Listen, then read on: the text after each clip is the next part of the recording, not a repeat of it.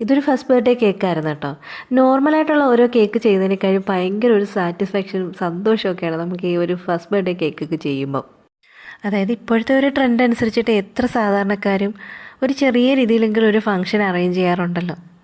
കാശ് കൂടുതൽ കിട്ടും എന്നതിലുപരി കസ്റ്റമർ തരുന്ന ആ ഒരു തീം നമ്മൾ മാക്സിമം പെർഫെക്റ്റ് ആക്കാൻ നോക്കും.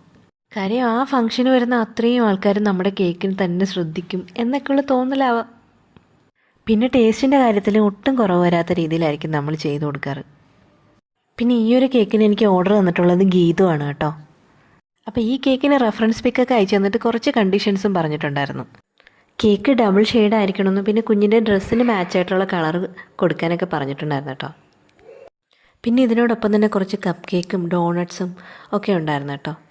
ഇനി ഫോണ്ടൻറ്റിൽ കട്ട് ചെയ്ത് വെച്ചിരിക്കുന്ന ഫ്ലവറും നെയിമും ഒക്കെ കൊടുത്തിട്ട് കേക്ക് ഒന്ന് ഫിനിഷ് ചെയ്തെടുക്കുന്നുണ്ട്. അങ്ങനെ കേക്കൊക്കെ ഫിനിഷ് ചെയ്തിട്ട് റെഫറൻസ് പിക്ക് എടുത്ത് ഒന്നുകൂടെ നോക്കിയപ്പോൾ എവിടെയോ എന്തോ ഒരു തകരാറ് പോലെ.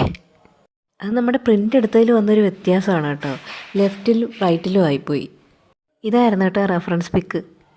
എന്തായാലും കേക്കൊക്കെ പാക്ക് ചെയ്ത് പറഞ്ഞ ടൈമിൽ തന്നെ ഞങ്ങളവിടെ എത്തി കേട്ടോ.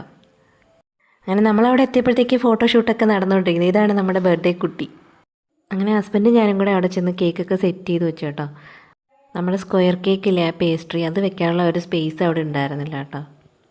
അപ്പോൾ ഈ ഒരു കേക്കിൻ്റെ ഫൈനൽ ലുക്ക് കണ്ടിട്ട് നിങ്ങൾക്ക് എന്താ തോന്നിയത്?